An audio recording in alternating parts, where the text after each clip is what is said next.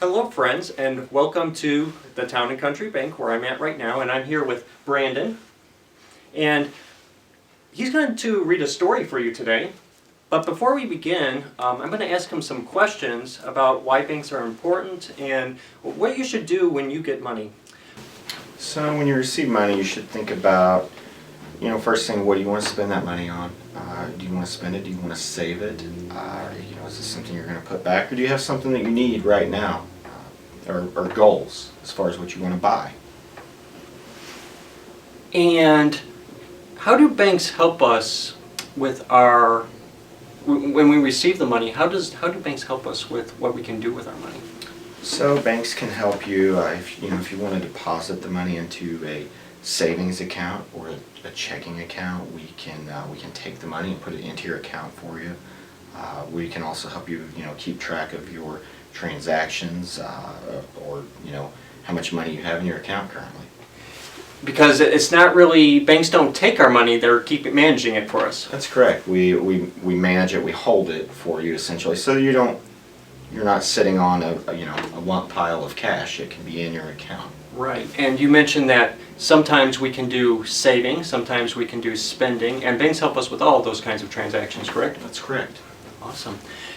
Now, what would you, let's say you're talking to your 6-year-old son, how would you help him to think about better managing money? So there's no age too young, no age too old to better your money management. Probably, the first step, kids need to know about the different coins, different kinds of money, how much they're worth. Penny's worth 1 cent, nickel's worth 5 cents, dime's worth 10 cents, quarter's worth 25 cents. And then, of course, the dollar bills, the 1, 5, 10s, 20s. So kind of the first step would be that. A piggy bank is a really good idea. That gives child an opportunity to have something at home to physically put the money into, and they actually have the money and can take it out and count it. Then if they want to deposit it into an account, that's a good opportunity to get it together and bring it into the bank and put it into a savings or a checking account. Awesome. And just as before we read this story, I'm wondering if you could tell us what is the value of being a good role model in terms of your money? Because it's not just about teaching other people about what to do, it's all about the whole family, or if it's a different living situation. But the idea is it's the whole unit is using money correctly, managing it while being good stewards of your wealth. You really can't put a value on that because, of course, just day to day we have items that we need, things that are required for survival, for life, housing, electric, etc.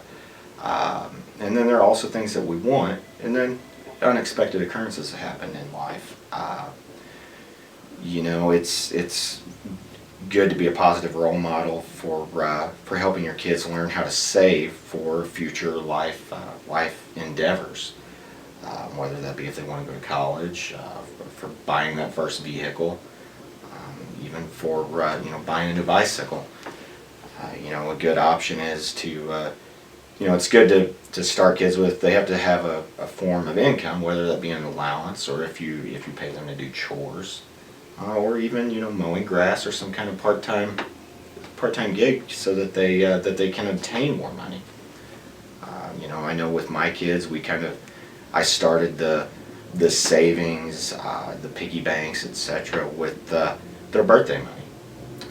When they get money for their birthday, if there was an item that they wanted, let's say they got $20 for their birthday, and they wanted something from the store that was $5. I would take them and they would pay with their own money, and then they got to put the remainder into their piggy bank, and there's a level of excitement to a child with seeing that amount grow. So it's an exciting thing for sure to teach them to be good managers and take care of their money. And it sounds like a really important thing in that is to help them see the tangible ways in which money is transacting, because Yes. it's not just about oh, okay, I got $20 now. I'm going to immediately turn that into something that I've wanted for the last 20 minutes. It's something where you're having your goals and a long-term picture in mind, Yeah. and you're tangibly showing them how the management of that money creates the kind of life they want with that wealth. That's exactly right. That's exactly right. Over 2 million individuals work in banks around the country. Some people are called tellers, and these are people who greet you when you walk into a bank. They can help you with basic transactions at the desk. There are many kind of professionals, though, who work in a bank. Some work in community outreach, others in cybersecurity, and some can help you with loans. Brandon, who I just met with, is called a branch manager. He even showed me how they send candy through the drive-through If you tubes. come to the bank with your parents, we can send you out suckers and Tootsie Rolls. And then we'll just put it right back and send it out to your car.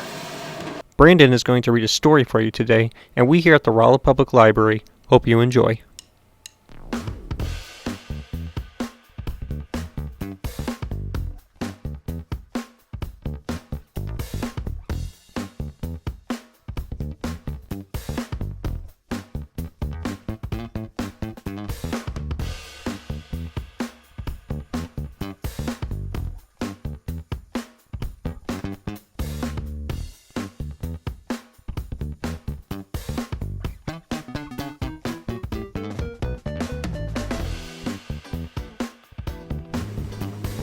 $1 for penny. In the shade, I sell lemonade. I have pink, stop and drink. My Aunt Jenny pays 1 penny. In my bank, 1 penny goes clank. The price goes up, 2 cents a cup. Uncle Pete buys 2, 4 cents is now due. In my bank, the pennies go clank. The price goes up to 5 cents a cup. Here are my cousins, Kate and Lou. They both want lemonade, woohoo! 2 nickels go clank into my bank. I have some lunch, munch, munch, munch. For me, the lemonade is free. The price goes up to 10 cents a cup. Grandma Grime pays a dime. Into my bank, clink, clink, clank. The price goes up to 25 cents a cup. My sister Lee gets 1 cup for free. My brother Sam plays in a band. He wants 1 cup. He pays up. In my bank, 1 quarter goes clank. The price goes up to 50 cents a cup. My dad buys 1. Selling lemonade is fun. Clank, clink, clank. 2 more quarters in my bank. Time to count the total amount. 3 quarters is 75 cents. 1 dime is 10 cents. 2 nickels is 10 cents. And 5 pennies is 5 cents. Wow, I holler. 100 cents is $1. I run to the store. I look in the rack. The card that I want is way in the back. It is red and green and pink and blue. Inside it says, "Happy birthday, Mom. I love you." Five pennies equals 1 nickel. 2 nickels equals 1 dime. 2 dimes and 1 nickel is a quarter. 4 quarters is $1. The end.